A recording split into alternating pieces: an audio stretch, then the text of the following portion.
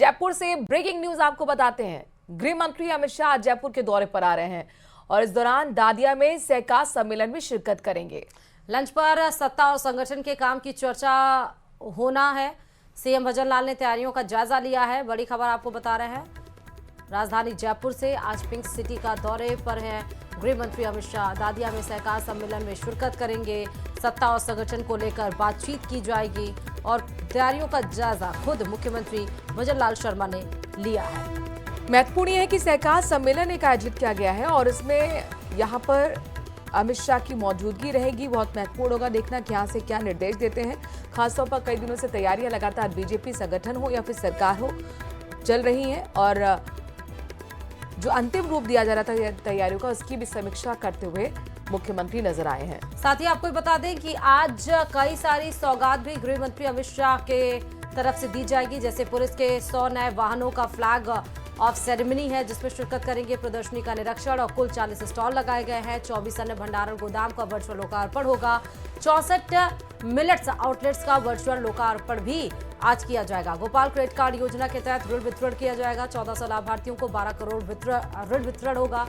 केंद्रीय सहकारी बैंकों की बैंक मित्र बनी लाभार्थी को 2346 माइक्रो एटीएम, साथ ही दुग्ध उत्पादक सहकारी समितियों को 2346 माइक्रो एटीएम। श्वेत क्रांति 2.0 पीडीसीएस ऑनलाइन रजिस्ट्रेशन प्लेटफॉर्म की लॉन्चिंग आज की जाएगी। राजस्थान सरकार की उपलब्धियों और रोजगार उत्सव से संबंधित फिल्म प्रदर्शन, 5 संभागियों को नियुक्त पत्र वितरण, सहकारिता और रोजगार उत्सव से संबंधित 4 जिलों के संभागियों से संवाद कार्यक्रम भी है। तो कुल मिलाकर आज क्या क्या कार्यक्रम रहेगा ये ग्राफिक्स के माध्यम से भी अपने दर्शकों को हम दिखा रहे हैं। बड़ी सौगात, आज जयपुर के लिए खास दिन होगा, राजस्थान के लिए खास दिन होगा।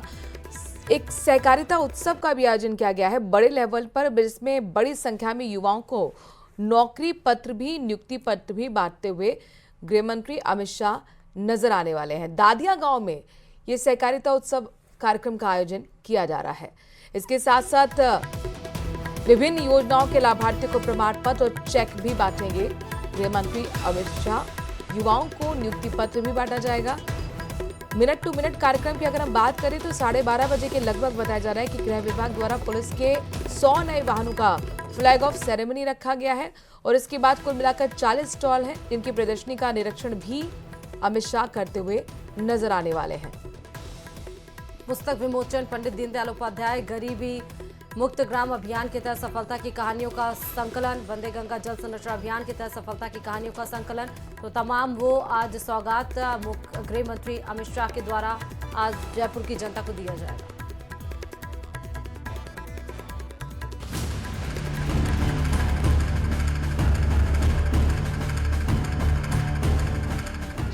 अमित शाह के जयपुर दौरे की तैयारियां तेज।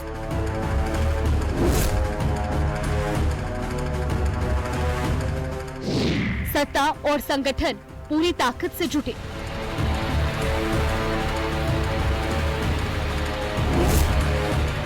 जयपुर के दादिया गांव में 17 जुलाई को सहकार एवं रोजगार उत्सव का आयोजन होगा।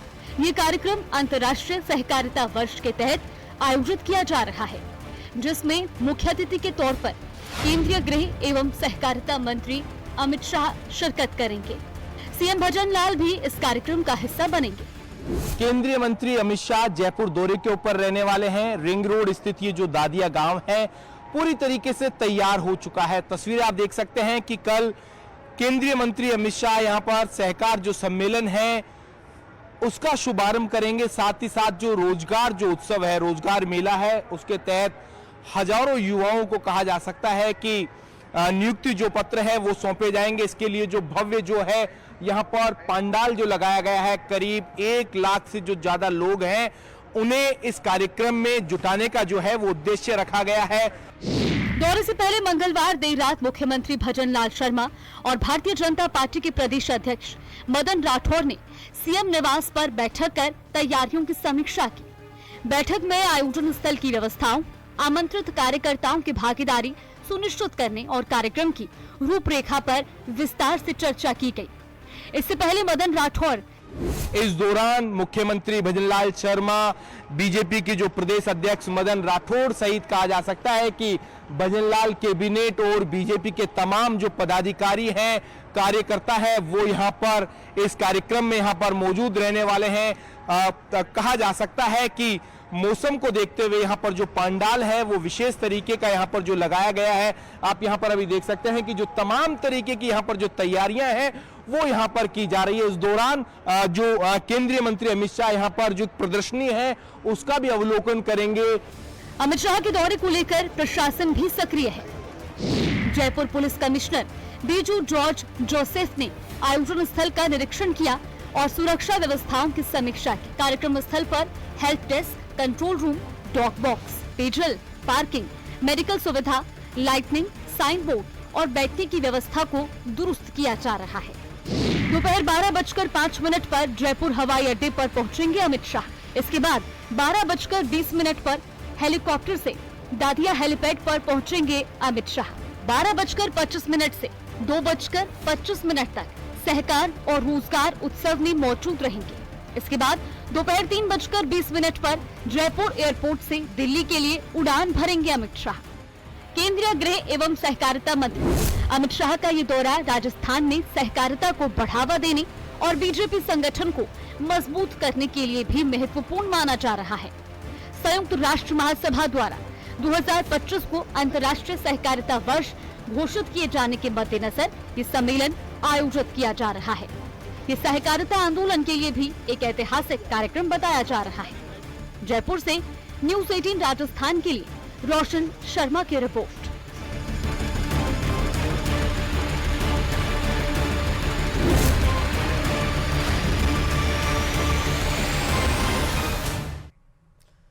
तो चलिए एक और बड़ी खबर जयपुर से आपको बता रहे हैं। एसआई भर्ती परीक्षा 2021 को लेकर हाईकोर्ट में आज फिर से सुनवाई होगी। पिछली सुनवाई में हाईकोर्ट में एसआईटी चीफ वीके सिंह को तलब किया था। वीके सिंह से कैमरा ट्रायल के जरिए पूछताछ की गई थी। वीके सिंह ने बताया किशनगढ़ सेंटर और आरपीए के 700 से ज्यादा अभ्यर्थियों का फिर से टेस्ट दिया गया था, जो कि एक प्रक्रिया का हिस्सा था, इन्वेस्टिगेशन का हिस्सा था।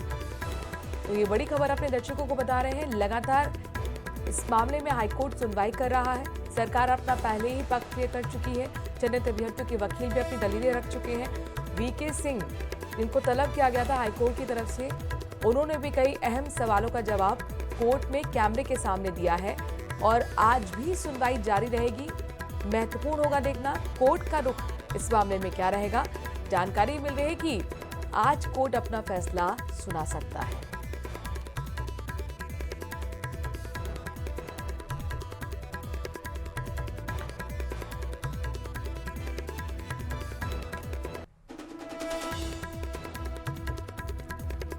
और बात भील प्रदेश पर हो रही सियासत की करते हैं। दरअसल भील प्रदेश को लेकर बीएपी पार्टी की ओर से जारी नक्शे पर अब सियासत गर्मा गई है।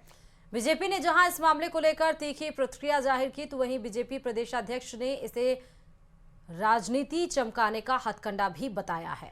वहीं राजकुमार रोट ने एक बार फिर से बयान जारी कर बीजेपी पर निशाना साधा। रोट ने कहा कि अगर भील प्रदेश बनने से इतनी ही तकलीफ है तो जनजाति क्षेत्र के लिए 30% बजट घोषणा में दिए जाए। सुनिए जरा क्या कुछ और कहा गया है दोनों तरफ से।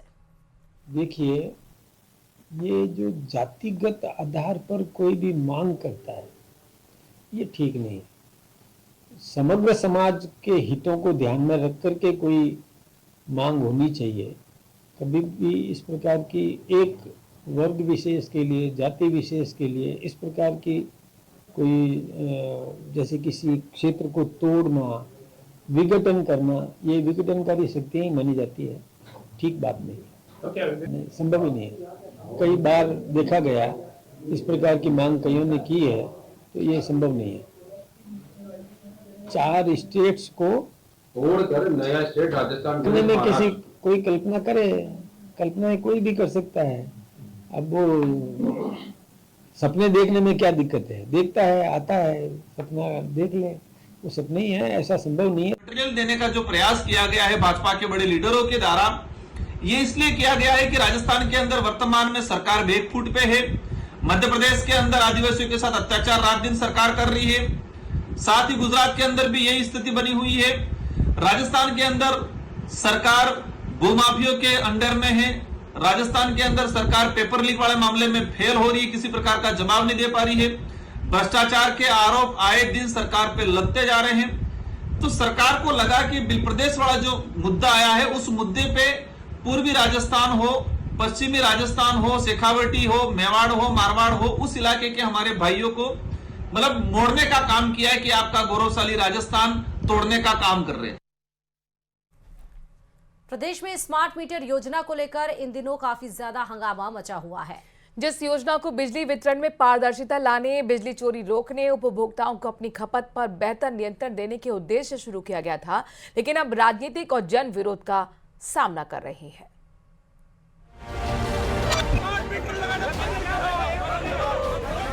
सरकार हो बर्बाद। स्मार्ट मीटर का विरोध जारी। चूरू में स्मार्ट मीटर का विरोध, जिला कलेक्टर को सौंपा ज्ञापन। हर दिन तारीखें बदल रही हैं, लेकिन स्मार्ट मीटर का विरोध खत्म होने का नाम नहीं ले रहा। सरकार भले ही स्मार्ट मीटर को वक्त की जरूरत मान रही हो, लेकिन उपभोक्ता इसे एक्सेप्ट करने को तैयार नहीं है। यही वजह है कि शहर बदल रहे हैं, लेकिन विरोध प्रदर्शन एक ही बात का हो रहा है, और वो है स्मार्ट मीटर। चूरू में स्मार्ट मीटर के विरोध में कांग्रेस पार्टी ने जोरदार विरोध प्रदर्शन किया और जिला कलेक्टर को ज्ञापन सौंपा। लोगों का आरोप है कि स्मार्ट मीटर लगने से उपभोक्ताओं को पहले से ज्यादा बिजली बिल पे करना पड़ रहा है। कई जगहों पर स्मार्ट मीटर बार बार बंद हो रहे हैं या नेटवर्क की समस्या के कारण गलत रीडिंग दे रहे हैं। मीटर में वास्तविक रीडिंग उपभोक्ताओं को दिखाई नहीं देती, जिससे उन्हें बिल की जांच करने में परेशानी होती है। जो स्मार्ट मीटर है वो बंद हो जाएंगे और इनको खराबी होने पर किसी भी टेक्नीशियन के द्वारा ये सही नहीं करवाए जा सकते, जिसकी वजह से ये स्मार्ट मीटर जो है वो जनता की कोई डिमांड नहीं है और जनता इनसे त्रस्त है।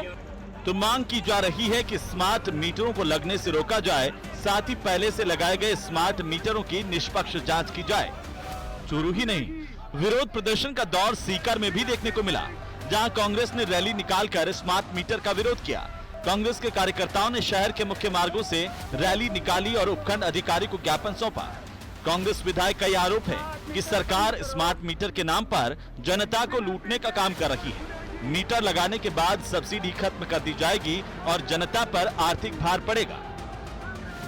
हम स्मार्ट मीटर योजना लाए थे, लेकिन हम जनता के बीच गए तो जनता ने इसका विरोध किया, तो हमने इस योजना को वापस ले लिया कि जब जनता का विरोध है तो हम स्मार्ट मीटर नहीं लगाएंगे। आप राजस्थान में 25% लोगों से नहीं 20% लोगों से ये बात कह दीजिए कि हम स्मार्ट मीटर लगाने के लिए तैयार हैं, हम आपकी योजना को स्वीकार करेंगे।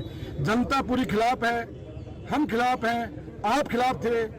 ऐसा क्या हो गया आपके सरकार में आते कि आपने स्मार्ट मीटर की योजना को लागू कर दिया? स्मार्ट मीटर पर राजनीति भी जारी है। कांग्रेस इसका खुलकर विरोध कर रही है, लेकिन ऊर्जा मंत्री स्मार्ट मीटर को जरूरी बता रहे हैं। चाहे हम जिस भी दल के हों, पक्ष में रहें विपक्ष में रहें, लेकिन दो मुही बात नहीं होनी चाहिए। इस तरह की राजनीति जो जनहित में है उस पर राजनीति नहीं होना चाहिए। इस कल्पना को साकार करना है तो हमें स्मार्ट मीटर ही नहीं, हर व्यक्ति को स्मार्ट बनना पड़ेगा। हर हमारा जो भी डिपार्टमेंट है उसको स्मार्ट बनना पड़ेगा। आइए अब हम आपको बताते हैं कि सरकार स्मार्ट मीटर क्यों लगा रही है। दरअसल सरकार स्मार्ट मीटर लगाने के पीछे मकसद बिजली वितरण प्रणाली को आधुनिक और कुशल बनाने की बात कह रही है। बिजली की खपत की रियल टाइम जानकारी हासिल करना। प्रीपेड सिस्टम की तरह काम करता है यह मीटर, जिससे जितनी जरूरत हो उतनी बिजली की खपत की जा सकेगी। बिजली चोरी पर भी लगाम लगेगी। दरअसल स्मार्ट मीटर पर एक तरफ राजनीति हो रही है, तो वहीं आम आदमी की अपनी शिकायतें हैं। लोगों की शिकायत है कि स्मार्ट मीटर लगने से उन्हें बिजली का बिल 2 से 4 गुना तक ज्यादा बढ़ा हुआ आ रहा है। स्मार्ट मीटर में तेजी से रीडिंग लेने के आरोप भी लग रहे हैं। आरोप है कि बिजली कटौती के बाद भी मीटर की रीडिंग बढ़ रही है। लोग प्रीपेड सिस्टम को लेकर के भी आशंकित हैं। लोगों को यह भी चिंता है कि स्मार्ट मीटर में लगी चिप के जरिए उनकी बिजली खपत का पूरा डेटा सरकार या निजी कंपनियों के पास चला जाएगा। लोगों को लगता है कि उन्हें स्मार्ट मीटर की कार्यप्रणाली के बारे में पूरी जानकारी नहीं दी जा रही है। स्मार्ट मीटर अब प्रदेश में राजनीति के केंद्र बन चुके हैं। भाजपा इसे भविष्य की दिशा में एक आधुनिक कदम बता रही है, तो वहीं कांग्रेस इसे जन विरोधी और खर्चीली योजना करार दे रही है। Bureau report, news 18 Rajasthan.